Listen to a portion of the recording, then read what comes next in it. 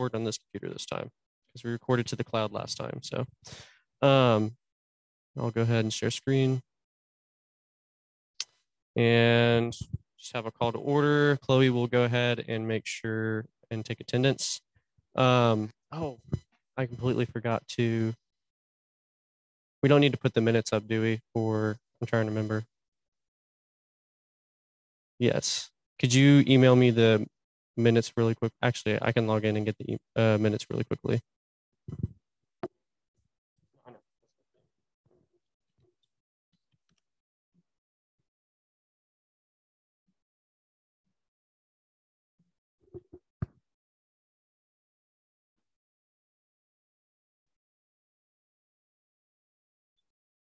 Give me one moment, sorry.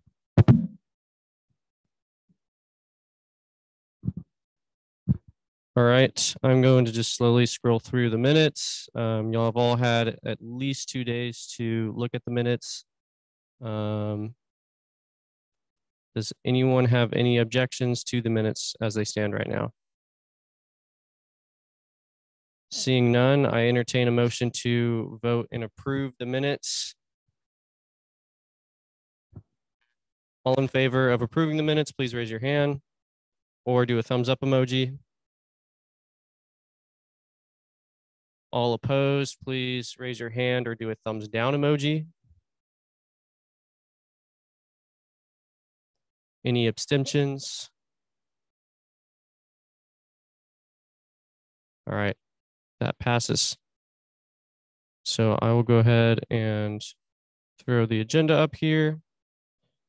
Moving on, is there anybody here for open forum? Seeing none, we will go ahead and move to speaker's podium. Our guest speaker today is the Assistant Vice President of Student Affairs and Dean of Students, Andy Petit.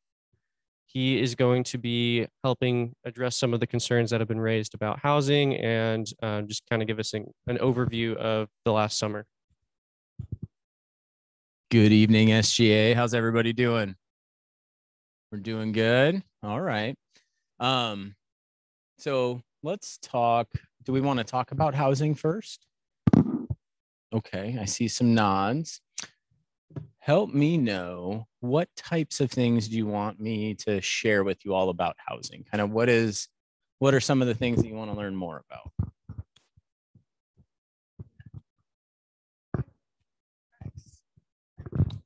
The overflow. Did we cancel a lot of contracts if they had only online classes? So we don't cancel contracts, but this is a really good question. So in the middle of the summer, we had about a 300 student wait list. And so as we got closer to July, we began to look at what we would call trioing double rooms into triple rooms. It's a pretty consistent practice across the country. And why we do that is you'll notice that we were able to de-triple pretty quickly this year. And I'll talk about that in a moment. But what we do is when we manage occupancy and we have such a high demand for housing, I will tell you that I think, we could build 4 residence halls and likely fill them, right? There is a demand for that. And that is actually very, it's comforting to know because that students want to live on campus. And so I think that's a really good sign, right? So we triple these students, but we know that typically 3 to 5% of students don't come. So we had a maximum of 48 rooms that we could triple, still be in fire code, still keep the hot water going in O-Hall, knowing that was going to happen. And so at this point, I believe there are 6 men who are still tripled because we just don't have male spaces to move them to yet. But census was on the 6th. And so census is usually the date where we're able to release rooms that somebody had deposited and signed a contract for. So a lot of times what we do is we wait for census, which is essentially the day that we count you as a student for the semester. So the university uses census date to report attendance, to report our total student population to the state. It goes into funding and all of those other great things, right? So we wait for the shakeout of students who may not come for a variety of reasons. A student could transfer, they could have a family emergency and they're going to sit out a semester. There could be a million reasons why a student may not come. And so we wait until that shakes out and then we de-triple so that I know I'm putting you in a space that someone else who had it reserved doesn't have it. Do we have students that cancel? Yes. Do we have students that don't show up? Yes, that's usually pretty typical. Nationwide, we see between 7 and 10% no-show rates. We have a great no-show rate, and part of that, and what we do at housing to help with that, how many of you live on campus? By those who raised their hand, how many times did housing call you this summer to confirm that you were coming? So we did that to reduce the no-show rate so that we didn't have students on a wait list or students in triples that didn't have to be. So that's why our no-show rate is so low, is we called 1,700 students at least 3 times over the summer to make sure that they were coming. And we still had a little bit of a no-show rate, right? And so when we put students in triples, the goal is not to have them in triples for long, but the goal is really to help our students get on campus, have a bed, and then we will get you to a space as soon as it opens up. This year, we were much more fortunate. How many of you lived in Ohal last year? How many of you remember the, the broken pipe? The great flood of 2021. So last year we couldn't triple because we had we couldn't de-triple until October and November because of the flood. So last year was an anomaly as opposed to this year. And so we're working toward getting those the last 6 de-tripled very soon. So that's a little bit about why we triple and how we triple. For those of you who don't have any idea what I'm talking about because you don't live on campus, we put 3 students in a double room. We equip it with a 3rd bed.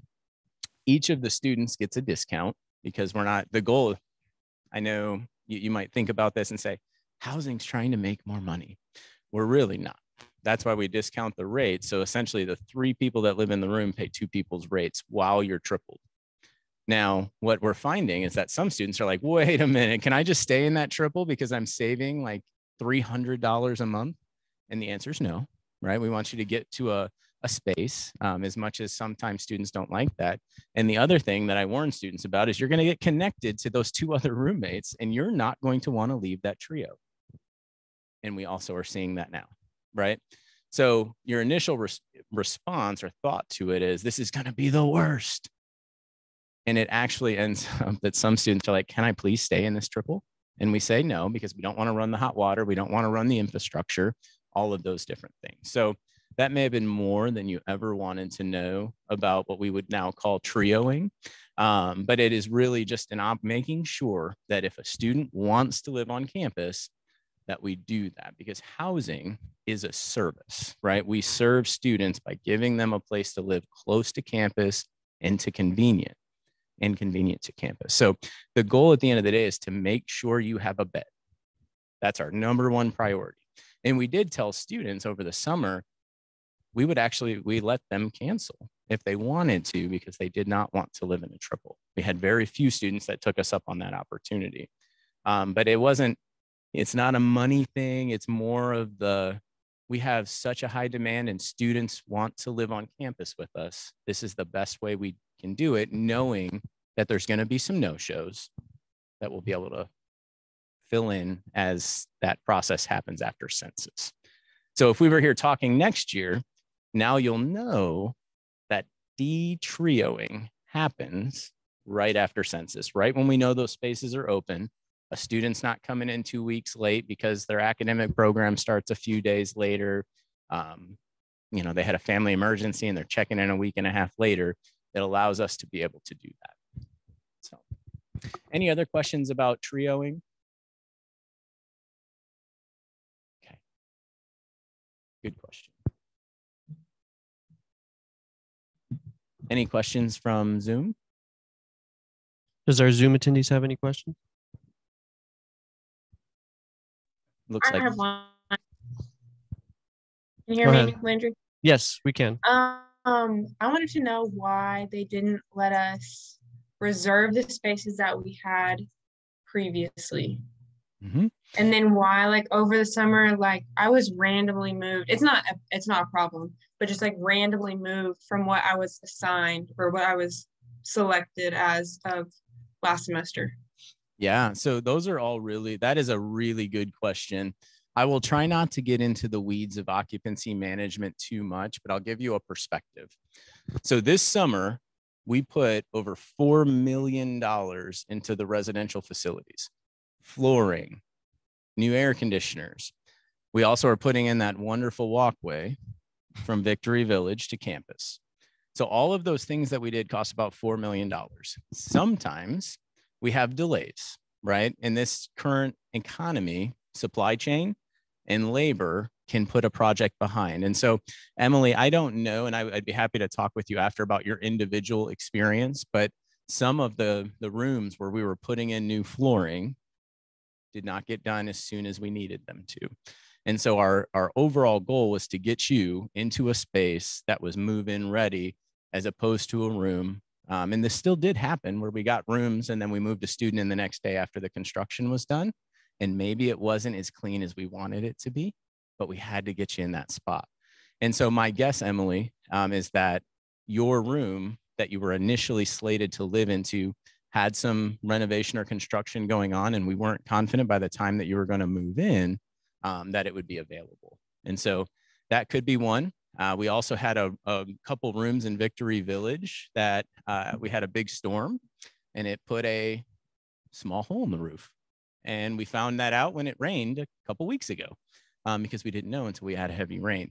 So something as little as that can displace an assignment. We also last week had a dishwasher that we found out was leaking. And so we had to move 2 students that were below that room to a different suite while we fixed the leak issue and the drywall, right? And so there's a lot of reasons why an assignment may change. And it's not because we don't want you in that space. It's because we want you in the best space that we can get you in that given time, given construction, the Great Hall or Ellis Hall flood of 2021, all of those good things, right? And so my guess is we could talk offline, Emily, about your individual. I could look into it and see why, but those are going to be the primary reasons: is construction, an unfortunate maintenance concern or challenge that came to us unexpectedly, which is going to happen when you have 1,700 beds on campus. Eventually, something unexpected is going to pop up, and that's going to impact our ability to house you in a particular unit. Yes, sir. So the question was, why couldn't we reserve that same space? My guess, depending on your academic standing, is that you may have noticed that housing sign-up changed last year, and our housing team came to SGA to talk about the changes. So we are first and foremost charged with housing first year and second year students. We want all of you to live on campus, and we do our best to find the best location for you. But given where you were living, that may have been impacted by our first year and second year population. So in years past, students could pick any room that they wanted as a returner, and we had to slow that down a little bit because of the influx of first year students that we're receiving and our first and second year live on requirement that we have. So the live on requirement makes us have to look and prioritize our first and second year students in terms of housing. But of course, we want you to live on campus as juniors and seniors if we can. So in this year, when housing signups open in January, and I'll bring our Assistant Director of Housing Operations if you want to talk more about what that process is going to look like in the spring, you will have an opportunity to pick your room depending on the facility you're in, right? So if that is going to be an upper class or a junior senior spot, you likely will have the opportunity to choose that again.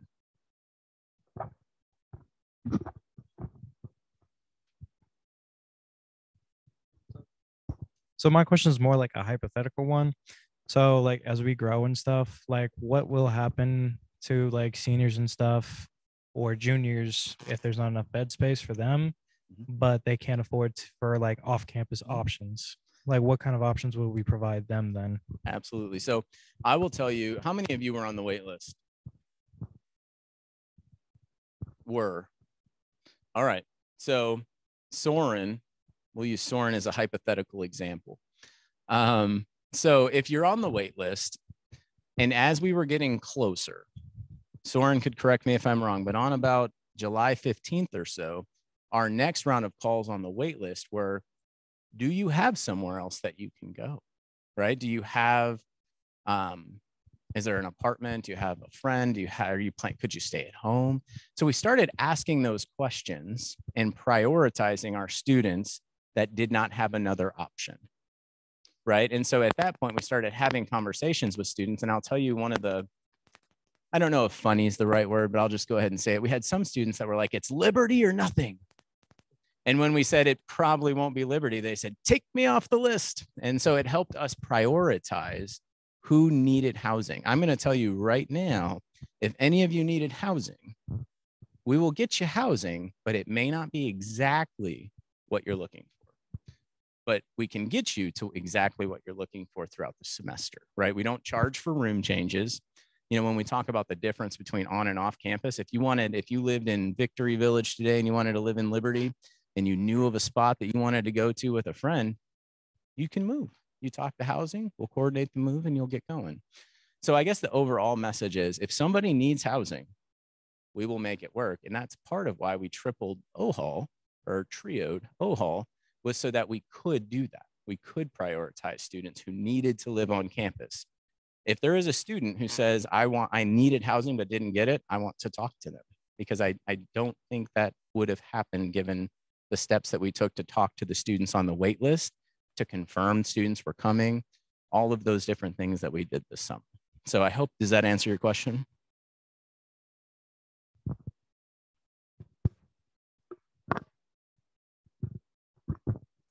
So what are the cleaning protocols, and is it required that every room is cleaned before we move in, at least for apartments? Because I know that myself and many, many other students have moved into just dirty apartments. So what is the cleaning protocol? Yeah, so rooms are cleaned. I will tell you, and I'll be very transparent with you. We hire a cleaning company that comes in. They cleaned over 4,000 apartments this summer between summer housing, orientation, and camps and conferences. The hang up this summer, very specifically, was the flooring project, right? That put us at a deficit. We made a decision to do a lot of flooring this summer. I want all of our carpet out of residence life as quickly as I possibly can. I don't know that I love carpet in a residence hall setting. I'm just going to be honest with you. And we are working to get all of that out of there as quickly as we can. And so we had a very large flooring project. The flooring project itself was over $2 million in terms of the flooring that we did in Victory and Liberty. And we will continue to do those. But we learned, given the economy, that supply chain and labor slowed that project up much more than the contractors had initially intended. And so that put housing at a deficit to try and get those rooms cleaned as quickly as possible. And so I would say that next year, and I have a plan, we have a plan and a strategic plan to work on that. I don't anticipate that to happen again. Yeah. Oh, you're good. So what's also the protocol for like move out at the end of the year? It just seemed kind of messy in the sense that, especially between if we were going to summer housing, like when we were supposed to move out, when we were supposed to move in, I had no like contact with the housing people, and then I had 24 hours to move out. It was just a whole thing, and I know a lot of other people had that too. So I was just wondering, are we supposed to call and tell them our final schedule, or how does that work? So that's a really good question. There were some awesome things that happened that created some of that. We had some awesome athletic teams who needed to stay later due to competition. Then we also had over 400 students. We had the most students living on campus this summer than we've ever had. And so what we learned about that and going through cleaning and making sure those rooms are prepared is we have a stronger communication plan this year that will be communicated to your checkout date and time much, much sooner so that you will know when and how. And so that you know, we know about our awesome athletics program, and we know that our teams are going to be in postseason, and that's really exciting. But that just means that we now have to plan for some of that and what that looks like. And so there will be more communication. Housing signups for spring is going to come out, don't quote me, I think on October 15th. And around that same time, we're going to start talking about fall 2024 signups and checkouts. So we're going to start getting information in your hands much earlier, as we've made some strategic moves to plan to make that happen more seamlessly for you. So I anticipate more communication. Soren, don't be mad at me. We talked about this a few weeks ago about some of the ways that we can communicate better with you all in terms of those transitions. And so one of the other challenges that we have is that housing never closes. At the lowest time that we have students living with us, we have 400 students or more at any one time on campus, 365 days a year. And so when we look at that, it does make it a little messy. But we have made some strategic decisions that once it's approved, I'd be happy to come talk to you about summer housing. We have some academic programs that went to a year-round calendar, which is our nursing program. And so we're working on ways to make their housing experience better as well. Because if you are not a nursing student, typically our summer move-out date is right around finals time for our contract. And so we're going to make some changes to make that smoother for nursing students so that they're not disrupted and so that they have a smoother transition to the end of that summer semester and right into their fall. So as soon as I have that plan approved, I'd be happy to talk with you a little bit more about some of the things that we're doing to put ourselves in an even stronger position to make your transition smoother.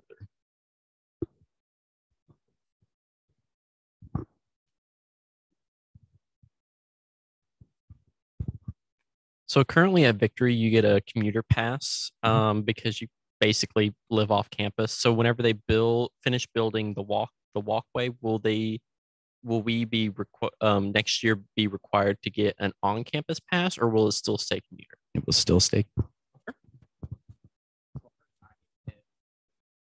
At this point,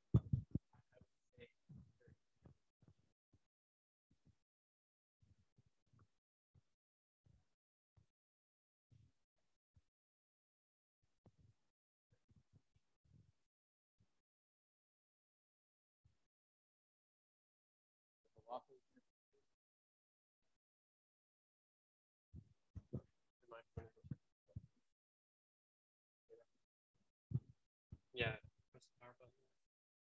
It goes out randomly. I'm going to back that up for a minute. So the question, how much of that did y'all hear? All right, so I'll summarize. Victory Village will continue to have the commuter pass. The walkway is going to be pretty awesome. And there's a rumor, hint, hint, that we're going to do a pretty cool opening to the walkway that may include some sort of a fun run walk, something to kind of commemorate it and have students come out and see it as soon as we're ready with the lights and the cameras and those things. So it's a pretty big deal to connect Victory Village that way, provide a safe passageway for students who choose to walk. And I think it's going to get used pretty well. We've moved the tree lines 30 feet away from the walkway so that students don't, we didn't want the Red Riding Hood walking through the forest on our walk from Victory Village to main campus. And so it's going to be light. It's going to be bright. There's going to be safety. If somebody were to twist their ankle, the walkway is wide enough for a police car and an ambulance to come through. Not that we ever expect that to happen, but we always want to be prepared so that emergency vehicles can use that traverse way to support students in the campus community. Mine's not a question. I know we had brought it up last year about the gate at Victory, how there's a hole. I just wanted to say thank you for fixing that. I felt like that was a big priority and it's nice. No, yes. I don't know. And I can tell you that has been on the docket for a while. That was something that it took a while to be able to get the equipment to be able to do that. And then there's also some staircases that were eroded from the winter storm. Those have been corrected at this point, are almost done at this point. And so Victory, the gate should be up, the walkway should be good. And then we had a little snafu with the Liberty Landing gate overnight. I don't know how many of you live there, but the gate got broken. We're working on getting that fixed right away. I just had my kindest request is if the gate's not working, please call the RA on duty. There's no reason to drive through it. There's no reason to drive over it. There's no reason to just call the RA on duty. We'll get you in there. I promise. Our goal is not to keep our students out. So my joking and serious request is please don't do that. That is an expensive fix when we lose the arm gate and it gets hit and all the internal parts get bent. It's not just putting a new arm in there. Right. And so my strong request is please tell your friends to call the RA on duty. We'll get you in that gate if for some reason your ID is not working. It's just expensive. So we'll get the Liberty Gate up as quickly as possible. So.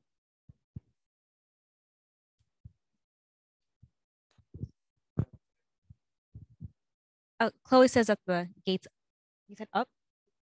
They fixed it. Yeah. So awesome. That's good. That means the arm time. didn't get bent. Last time somebody drove through it, it got bent, and it probably was like $3,500 to fix, and it took 2 weeks to get the parts in. So I'm really glad to hear that our maintenance team, first of all, is fantastic in housing, and that means that they got on it right away and were able to fix it. So I had a question. Whenever you brought up lights, it reminded me that I was in the library yesterday, and walking out to where like Patriot Village is, it's super duper dark. And I don't know if anyone has mentioned maybe putting lights in there or anything. I was even thinking about like a senator project putting lights in there. It's just a little dark. Yeah, I had a conversation with SGA last year, and I believe SGA did a safety walk. Yes, and we are going to be doing that again probably whenever it gets a little bit more cool. Absolutely. And so my strong recommendation would not be just to look there, but to walk the entire campus. And we usually do it dark or darker so that we can see, are there areas that aren't well lit? Are there areas of concern so that we can put that on the radar to put lighting in, to make corrections? I sometimes even think about, are there sidewalks that are a trip hazard because sometimes they get chipped or all of those things. And so I think that's a really great thing because it provides you the opportunity. It provides our leadership at the university to take a peek and see where are some areas that there may be concerns where you want more lighting. I think that's a fantastic thing to look at, is to see where we can put some lighting in and where we can find some funding if there are some areas that are dark. So like with the housing, like with the contract that you have to sign, like when you come in, is that because you were talking about how like the plan is going to change, like when you actually move it, like checkout procedures, is that going to change in the contract? Because like I was in summer housing, but then I went from not like going into like fall assignment or like, fall assignment. So like, is that going to be different for like people who are on or off campus? Like if that makes sense, like are there going to be different procedures for that? Because it's kind of like it references different things in the contract, but it was just kind of confusing. Yeah, so the golden rule of checking out that will never change is it's going to be 24 hours after your last final. And we do have students who want to hang out in the residence halls longer than that. And part of the challenge is to be very gentle in saying you cannot do that. Because when you feel a delay in your move-in, it could be because somebody is not checking out when they're supposed to. And so that is part of the communication plan, is to get that out to students in advance. We're going to tell you your last final is on, I'm just going to throw April 29th, which means you need to be out by April 30th, right? So we're going to be more,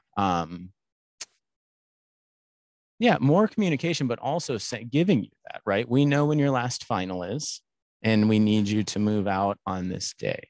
And that allows us to not have some of the challenges of maybe moving into a room that isn't as clean as we'd like it to be, or making sure that we have the time to properly prepare it. And so I would expect communication either in the spring when you're checking out, or if you're living here over the summer, of when your last final is and when you'll check out. So I think that will resolve both of those challenges, because what I think people don't always understand is that it is a domino effect and a puzzle. When you have 1,700 students living on campus and you're going to have 400 of those transitioning, and then we've got some students staying over for academic reasons or for university sponsored reasons, it's kind of a puzzle, right? We have to figure out, where are you going to go and how are we going to get you there? And then anytime there's a snag, and sometimes students have a really good reason not to move out at that moment, like something bad happened, right? And they had to go home, and we want to be sensitive to those students. And so that's also a reason why your assignment might change. Is it somebody may not have been able to check out, or they may have hurt their ankle and they need mom and dad to come up, right? And so those are all the little variations that can throw a little bit of a challenge into our puzzle and our plan. And it also doesn't help. And I love this, that we're fully occupied, but that gives us very little breathing room. When one person doesn't move, it's going to affect about 10 people. And so we're going to work with you to do that. And my ask back is that we have cooperation with checkouts and check-ins, right? Because that does impact all of our students, right? It is at least 10 people when one person doesn't move, because there's all of these other domino effects that need to happen. So we will do our best job communicating that clearly and working with you. Your RAs are going to come talk.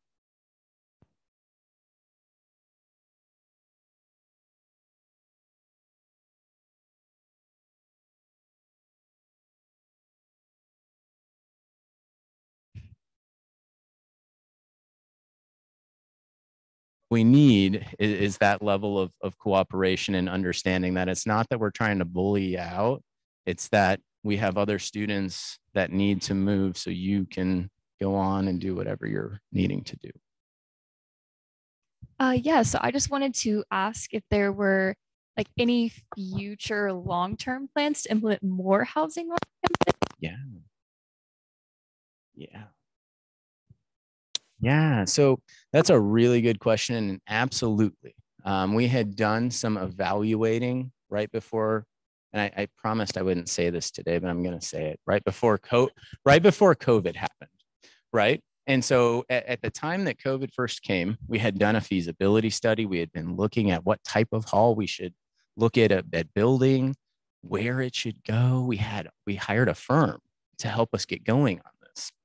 And then COVID hit, and we said, what if we can't pay for this because we're not going to have many people in housing, right? We had no idea when COVID first hit what that was going to look like. And so our first thought was, we probably should halt this until we see what the environment's going to look like. Because if we build a residence hall, and I'm going to tell you, those are very expensive buildings, we had to look at that and understand what the impact was going to be. So we're picking that conversation back up. It will take between 24 and 36 months to get a residence hall built in this current economy. So before, it used to be 18 to 24, and sometimes even faster, depending on where you're at. But we're probably going to be in a housing crunch for a few years. And so I don't say that to be a downer. I just want us to be realistic that even if we hit the button today to build, the fastest we'd probably see it is 24 months. And so we're going to have to keep working together. We're going to have to keep finding it. I know housing is important. I know there's a housing crunch in Tyler, which is why if somebody tells me I have nowhere else to go, I'm going to find you a bed, right? The year before, we had to use a hotel because of the flood. So we had students in hotels until October. And I want you to know, when that happens, we don't charge the student, right? We take that cost on ourselves. So at the end of the day, yes, we are looking at options. There will likely be some communication coming. I don't want to say soon, but it is one of the top priorities of our senior leadership on campus, because it is important. And if students want to live on campus, and you've all heard me probably say this before, I think it is super important, right? I think it is a great experience. It's convenient. You don't have to drive if you don't want to. You can work on campus. You can do everything here.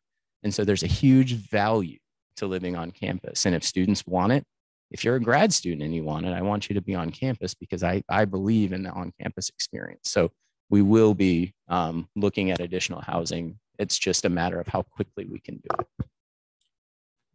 We'll have one more question with Senator Vargas, and then if there's one more question after that, we'll do that, and then we'll be done. I will be here as long as you allow.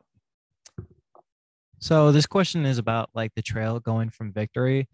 So is there going to be like plans to add like additional lighting to the trail, or like maybe an emergency like station there too as well, just because I know at night it gets pretty dark on that trail from what I've seen driving by it. It's going to be bright. There's going to be blue light phones. There's going to be cameras, right? There's going to be everything that we could possibly do to make it well lit and safe. And we will definitely do that. That was one of the requirements when we started looking at that walkway. I wanted blue light phones. I want it overlit. Not that anyone who lives in Liberty, whose windows might face that way, are going to be like blinded by the light. But it is going to be lit. It is meant to be pedestrian. It is meant to be safe. And those were the requirements to be able to do that. Okay. I might have to come forward because I know the range isn't super long on these. So it's fairly new that Greek Life gets to move in slightly early compared to other students, just because we start our recruitment the week before school starts. We had a lot of girls this semester come in and they would check in at like 8 a.m. and that would be their first time knowing, hey, you might not get your room today. So there was a lot of lack of communication that was happening. And while we're very grateful that you guys are making that accommodation for us, we also have girls who are leaving at 4 a.m. from their homes so that they can get here at a certain time so that we can start things later in that day. So I was wondering if that's just part of the hiccups of starting up something new, or if there's maybe just like a little road bump that you guys were seeing in your So this summer, and I keep talking about this flooring project. I'm glad the flooring is there. Part of what I would consider the trade-off of moving in early, right, is likely you were waiting for your room because it had just been released and we had cleaners going to it, right? That would be the only reason that you would not have been able to move in right when you arrived. And so we don't charge students to move in early. We don't want necessarily to do that, right? We want to be, like I said, housing and res ed is a service to you all, right? We want to do those things. And so I anticipate, based on the strategy that we're doing with summer projects and summer housing and occupancy, which I'll talk about as soon as the plan is approved, I promise. Y'all can have me come back anytime, that will be remedied moving forward. Yes. So I hear you. I do understand that. And I also do ask for a little grace with early move-ins, right? Because I will tell you, my team is actually in training when early move-ins happen. So we pause our RA training to be able to get students checked in for early move-ins, whether that be Greek Life, we have academic programs, we have student athletes that move in early. And so our team gets pulled away to do that because we think it's important, right? So I think that you will see a smoother process next summer as we manage our summer projects differently. All right. Thank you for coming. We appreciate it. Thank you for answering our questions. Hope we didn't keep you too long. No, I'm also open to come anytime. Awesome. You just let me know. I'd be happy to talk with y'all. I appreciate the engagement and the questions. These were all very good. I have an open door to all of you on the third floor. Some of you use that regularly and I love to see you. But please just come see me. If you have any questions, you don't have to wait until the next time I come to SGA you can see me in the university center over in housing. My door is always open to you. If you have questions, concerns, you want to know about something, I'm a pretty transparent and open human being. And I will give you any information that I have to help answer any questions or needs that you have. So that goes for our distance campuses as well. Absolutely. Open Zoom door as well. So, okay. Well, thank you so much for the time. And if there's anything you need or there's something you didn't get to ask, send me an email or kind of swing by and we'll sit down and we'll chat about it. All right. Thank you. Thank you.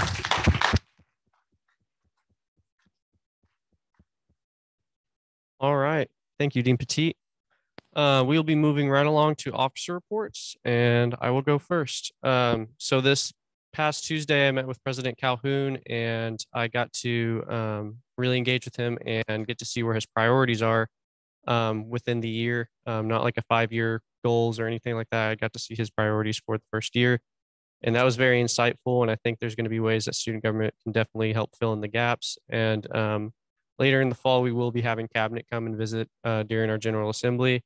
And of course, as y'all know, we will have heightened dress requirements whenever they do come, but that'll be a very insightful meeting as well. And that was most of my week, aside from a few organizational things. But yeah, and moving right along to Vice President Bennett. It's pretty much just been learning the ropes of Patriots Engaged, learning who our vendors are and what we can, who we will contact to be able to put together events and everything. So yeah, that's pretty much been my week. This week I did the minutes for the first time, so that was really exciting to learn how to do that and the formatting that I wanted to do. I have met with Rob and Landry about, and Maggie, she's the SAC advisor, about anti-hazing week that's coming up. It's the 19th through the 23rd, so just have that on your radar. I did post about it already, and there'll be more posts coming through, so repost them as you can, please. And then communications committee met today for the first time, so we'll have more to say about that in committee reports. Hey everyone, I'm gonna look at this little sticky note, but main things I've done is so events have already started buying things. I don't know, I was gonna say selling. They already started buying things for Constitution Day, so I just updated like little expenditures and all that, so we have it down. I didn't want to forget it, so we know what we're spending already. And then I just gathered up documents and stuff that we needed for our first SGAC meeting that we had yesterday. And then I think it's Dorian that's going to go into it whenever we talk about committee reports. Chief of Staff Peters. Yeah, so I've just been going through other universities' constitutions, just looking for inspiration and ways to further improve our own, and just adding more ideas to the rules committee list. We haven't met yet because of Labor Day, but I'll go more into that for committee reports. All right, and starting off committee reports, we have events. Are you speaking for events today? We did not meet. Okay, cool.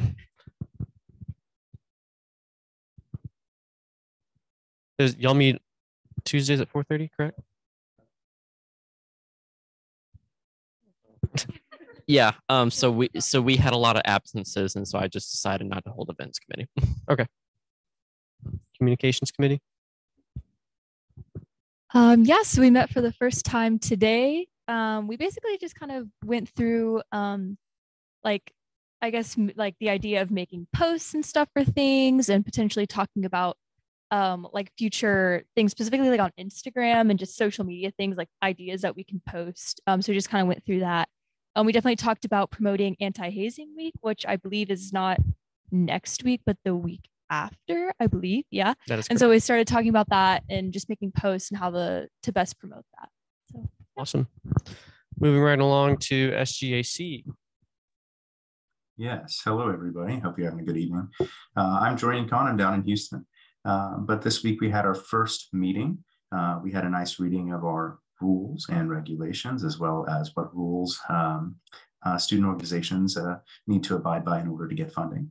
We also had a visit from the Muslim Student Association. They were seeking funding for a welcome back event. That was approved, so we look forward to seeing their event. And then our next up on the docket, I believe, is the Women in Science and Math. They're coming to seek some funding as well. So we had a nice, successful first meeting, and I look forward to attending some more. Awesome. Glad to hear that we're already getting funding for organizations. I knew that. Yeah. Thank you. Rules committee. Yes. Rules committee did not meet this week because of Labor Day, but we decided we're going to do Mondays at 5:30. So yeah, we decided on a time, and we're going to have lots of ideas to discuss this Monday. So awesome. All right. ESC still has not met yet. I'm going to plan to have us meet next week and find out times, and then we will get the ball rolling on chair nominations as soon as we get the freshman senators in, just to give them a chance at potentially chairing a committee if they're so interested. GSA, that'll be a topic again once we have graduate students in, and they could potentially sit on those committees. So we'll just move right along to student voice reports. And first up, we have the College of Business. Senators for the College of Business, do you all have anything to report?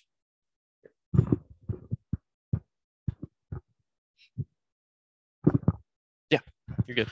There's not a whole lot going on. Everyone's just kind of kicking off still. The big thing is today there was like a career fair prep, like getting you ready for the career fair.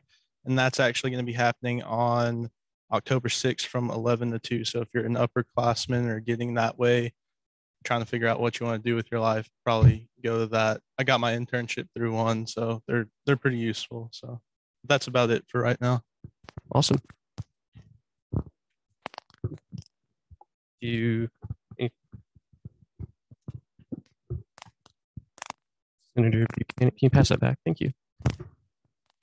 I was just going to point out, I'm a part of a couple different other organizations, and we are going to try to get a student organization fair for the College of Business going. It's going to be in October, and so I'm going to email all the different faculty advisors for all the organizations to have a couple different days where they can table, do different things of giving out College of Business apparel and then like snacks and stuff like that.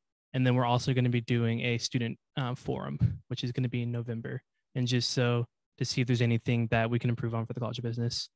So those aren't really SGA related, but it's stuff that I'm getting going. It's good to know. And just as a general rule, student government is more than happy to hear about stuff that's going on like that, just so that way anybody who does end up watching our meeting, they will get to know about those events and stuff going on as well. So it's always more information, the better.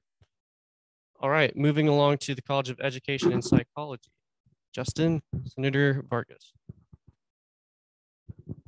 I know, sorry, I did not mean to address you that weirdly. All right, so there's not too much to report, more so on student issues, but more so just as what I've been up to. Recently, Robert's been planning for the finals, like gift bag things that we usually do towards the end of every semester. I had reached out to former Dean Hickey about, any stuff that they may have from the College of Education Psychology to give out. Then that's when I found about the rather abrupt change in deans. He's like, oh yeah, by the way, Dr. Sass is now the interim dean, which for is nice. College of Education and Psychology. She is awesome. She was the former faculty senate president last year, and so I got to work with her a little bit towards the end there. But she's will be a great interim at the very least. Which is nice because I know her outside, so I taught her kids swim lessons and stuff, which is always fun. But that's really it. So right now they're currently on the look for a new dean. Don't know how long that's going to be, but that's all I've got at the moment. So okay, awesome. Anything else to report in the College of Education and Psychology? Seeing none, then we will move right along. Don is not here today. He's still going through recruitment. So we will just go ahead and skip Liberty Landing since he's our only Liberty Landing senator. We do not have anything for old business, so we will go ahead and move right along to new business. I entertain a motion to discuss our budget. All right, Treasurer Luna, let me go ahead and share the screen.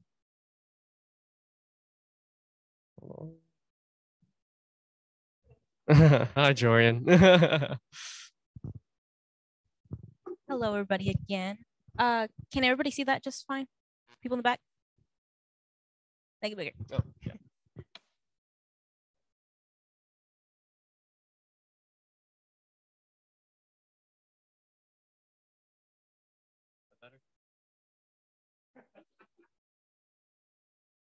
Awesome. Okay, Josh says he can see it, so we're good.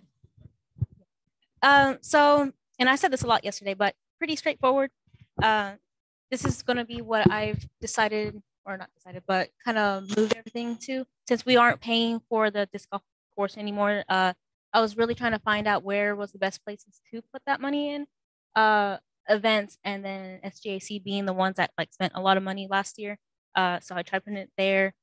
Most importantly, I want to include the satellite campuses, and there you go. Any questions, comments, concerns? Like the total amount? Like the total amount? The same. Yeah. question was how much bigger is this current budget without the expenditures that was used for the disc golf course last year? And the answer was the same, but I don't think that is the correct answer, according to the disgruntled face on our advisor. Total, yeah. Yes, so it is the same total amount of our budget, but we don't have the disc golf expenditures eating into our budget this year. So every year we have $28,959.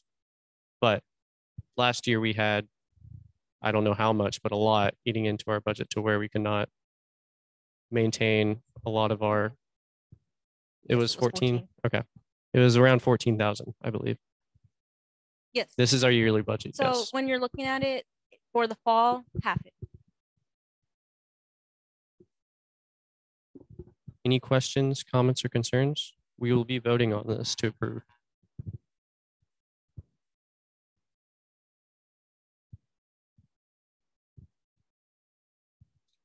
Senator Mattern, motion to vote and approve, or to vote on the budget.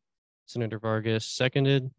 All in favor of approving the budget, please raise your hand or do a thumbs up emoji. All opposed, please raise your hand or do a thumbs down emoji.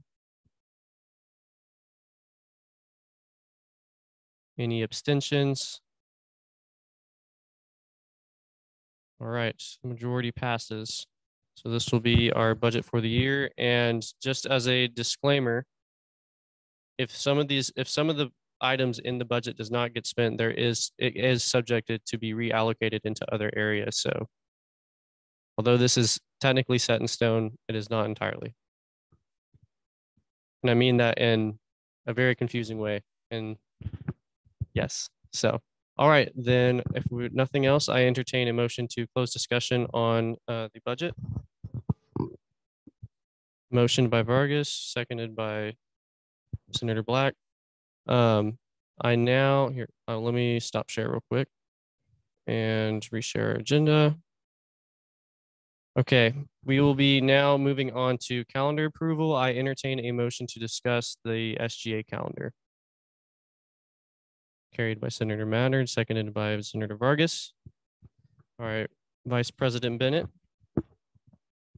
Here you go. The mic is yours. So sorry, y'all. I don't have a very fancy presentation for you, but it's pretty much just a couple dates for us. So Constitution Day will be next Friday, September 16th. We will be, sorry, I just blanked. Midnight breakfast will be October the 26th. The midterm elections watch party will be November 8th. And that's pretty much the dates that we have.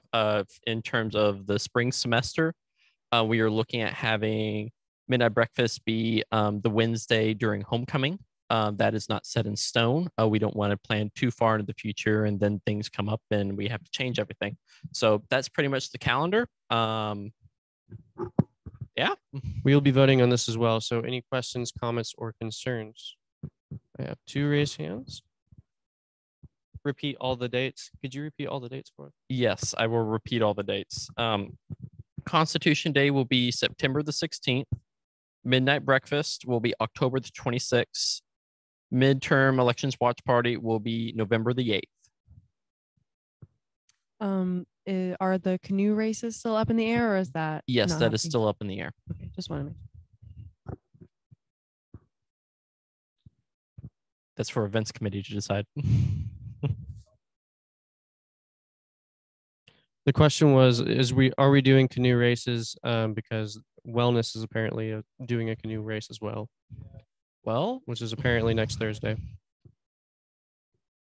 Great. I guess we're not doing do we want to do a canoe? I think this is a discussion for events committee in their committee meeting that y'all should attend. So motion to vote. Motioned by Senator Vargas, seconded by Senator Manning. All in favor of approving the said calendar, please raise your hand or do a thumbs up emoji, or raise your hand with thumbs up. All opposed, please raise your hand or do a thumbs down emoji. Any abstentions? All right, seeing that is majority pass, it passes. So we will now be moving right along to Senator swear-in. I would like to introduce Amber McAdams. She had, you can come down to the center and kind of introduce yourself if you'd like. She had reached out to me and she had expressed interest in being an OHAL senator, and after confirmation from the residence coordinator, which as of right now is serving as our system for nominating senators for residence housing. She was approved by her residence coordinator, and she will now be sworn in. So let me answer these questions in the chat real quick. Okay. Thank you, Soren, for putting those dates in the chat box. That is actually very helpful.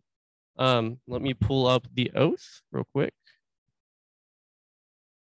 No, you're more than welcome to introduce yourself or ask any questions just about her. Make sure that they are professional.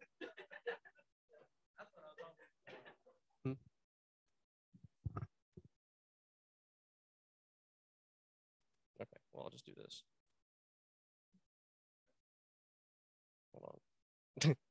Sorry, Jorian. Let me get back here. Oh yeah, I remembered that. Here we go. Can y'all see the screen? There we go. Okay. Do y'all have any questions for Amber? Are you willing to answer questions? Let me ask that. Okay. And professional questions, please. Not what is your favorite color or favorite food? It's the question that we always gotta ask every time. Why UT Tyler?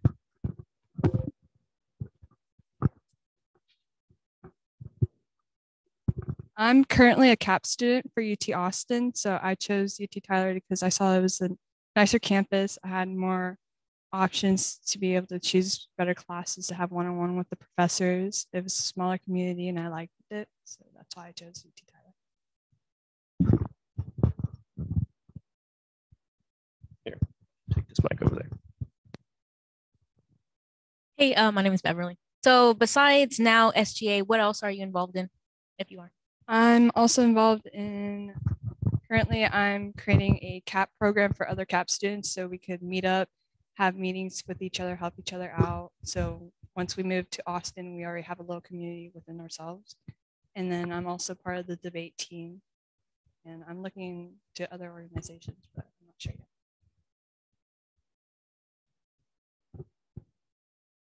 No other questions? All right, well then let's swear you in.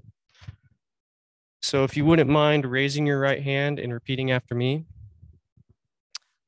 I, insert name, I, Amber McAdams, do solemnly swear do solemnly swear that I shall faithfully represent the interests that I shall faithfully represent the interests of the student body of the student body of the University of Texas at Tyler. of the University of Texas at Tyler. I shall dutifully uphold I shall dutifully uphold and preserve the Constitution and preserve the Constitution and bylaws of the Student Government Association and bylaws of the Student Government Association while ardently executing the office of OHAL Senator. Good. For the student body at the University of Texas at Tyler. Awesome. Congratulations. And welcome. You may take your seat as senator. All right. Let's move right along to advisor comments. And can y'all see our screen right now, Zoom attendees? Thumbs up, thumbs up. Awesome. Come on down, Josh.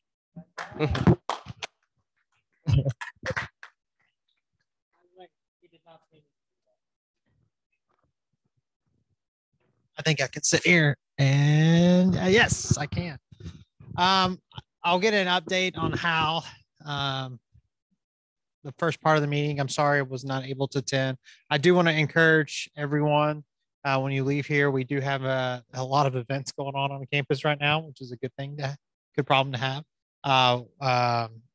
The international dinner is still going on. So if you would like to swing by, I think that's a great opportunity to get to know some of our international students. as well as they have a lot of free food. And so we always want to make sure we get rid of food appropriately and never thrown away. After you get to go check that out, go check out our 2 soccer teams. They are playing today. We want to make sure that we support athletics and check out some of the competition. And so far, all of our fall teams are doing fantastic. And so it's exciting to see your fellow peers compete. I loved the budget breakdown. That was pretty cool. I don't think I'm on year 8. I don't think I've ever seen it broken down that way. And so kudos to Beverly and the e-board for presenting a budget that I think is very different, very unique. Hopefully, there's 2 things that caught my eye. More commitment to our student groups and funding student groups. Over the last couple of years, student government has done a great job of supporting our student organizations and getting the money back to the students. And so I think that's going to help. But it's also going to get probably more requests. And so I hope that committee is ready to go. Shameless plug. If you're on that committee, make sure you show up for those meetings. The other thing that caught my eye was that y'all have created a new section for distance campus for projects, in addition to keeping events. And so I think it's pretty clear.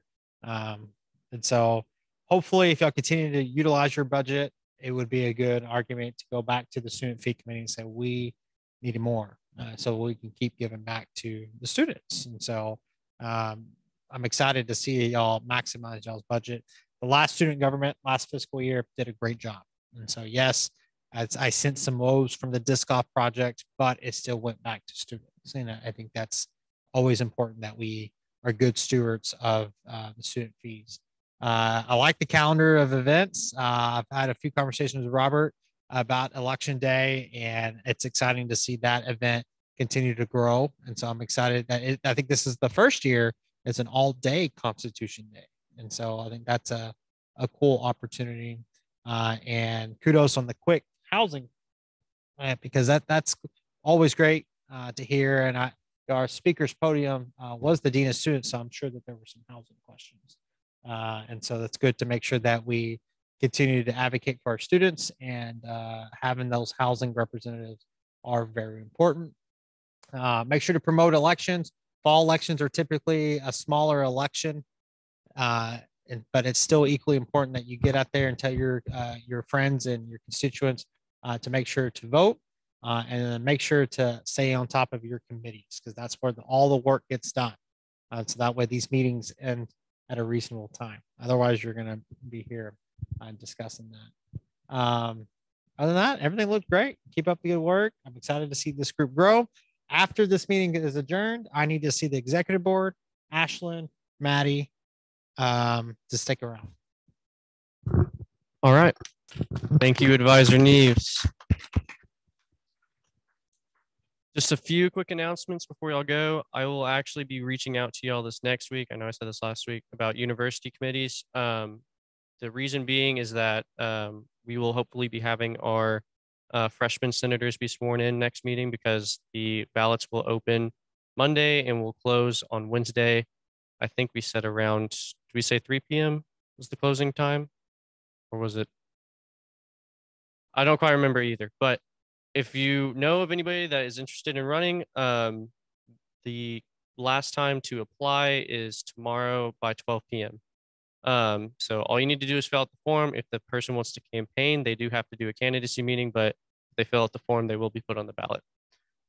And then that's it. So let's go ahead and move right along to adjournment, which this should not take long. I entertain a motion to adjourn this meeting. Carried by Senator Vargas, seconded by Senator Manning, surprisingly fast. All in favor of adjourning this meeting, please raise your hand or do a thumbs up emoji. All opposed, please raise your hand or do a thumbs down emoji. Any abstentions? Seeing none, this meeting is adjourned. Thank you, Jorian.